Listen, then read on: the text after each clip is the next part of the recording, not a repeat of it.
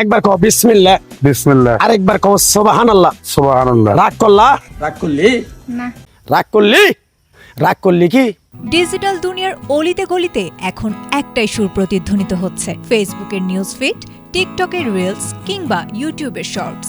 যেখানেই চোখ রাখা হচ্ছে সেখানেই ভেসে উঠছে এক অদ্ভুত মায়াবী চোখের ইশারা আর রহস্যময় বাচনভঙ্গি।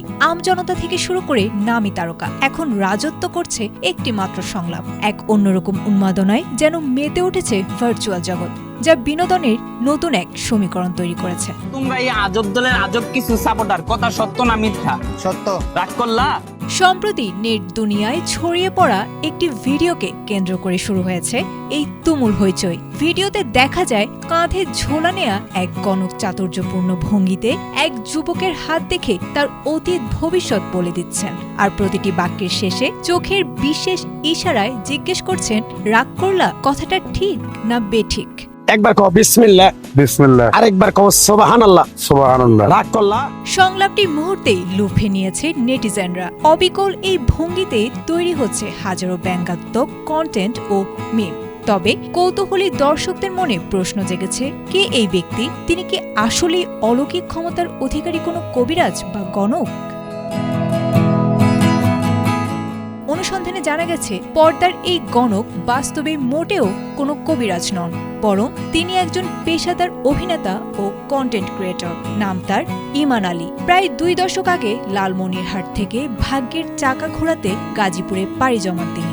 ছোটবেলা থেকেই অভিনয়ের প্রতি তীব্র ঝোঁক থাকা ইমান আলী বর্তমানে ডিজিটাল প্ল্যাটফর্মের অভিনয়কেই জীবিকা নির্বাহের প্রধান মাধ্যম হিসেবে বেছে নিয়েছেন। সম্প্রতি একটি সচেতনতামূলক নাটকের জন্য কবিরাজের চরিত্রে অভিনয় করেছিলেন তিনি। সেই অভিনয়ের একটি বিশেষ অংশই ছড়িয়ে পড়ে সামাজিক যোগাযোগ মাধ্যমে। নিজের এই আকাশচুম্বী জনপ্রিয়তা নিয়ে ইমান আলী জানিয়েছেন, এক কবিরাজের কাছে প্রতারিত হওয়ার বাস্তব অভিজ্ঞতা থেকেই মানুষকে সচেতন করতে তিনি এই ভিডিওটি বানিয়েছিলেন। এটি যে রাতারাতি তাকে দেশজুড়ে এমন বিপুল পরিচিতি এনে দেবে তা তিনি কখনোই ভাবতে পারেননি। তবে নিজের এই সুপ্ত স্বপ্ন পূরণ হওয়ায় দর্শকদের আজীবন বিনোদন দিয়ে যাওয়ার প্রত্যয় ব্যক্ত করেছেন এই গুণী অভিনেতা। আয়েশা আক্তার, এটিএন বাংলা।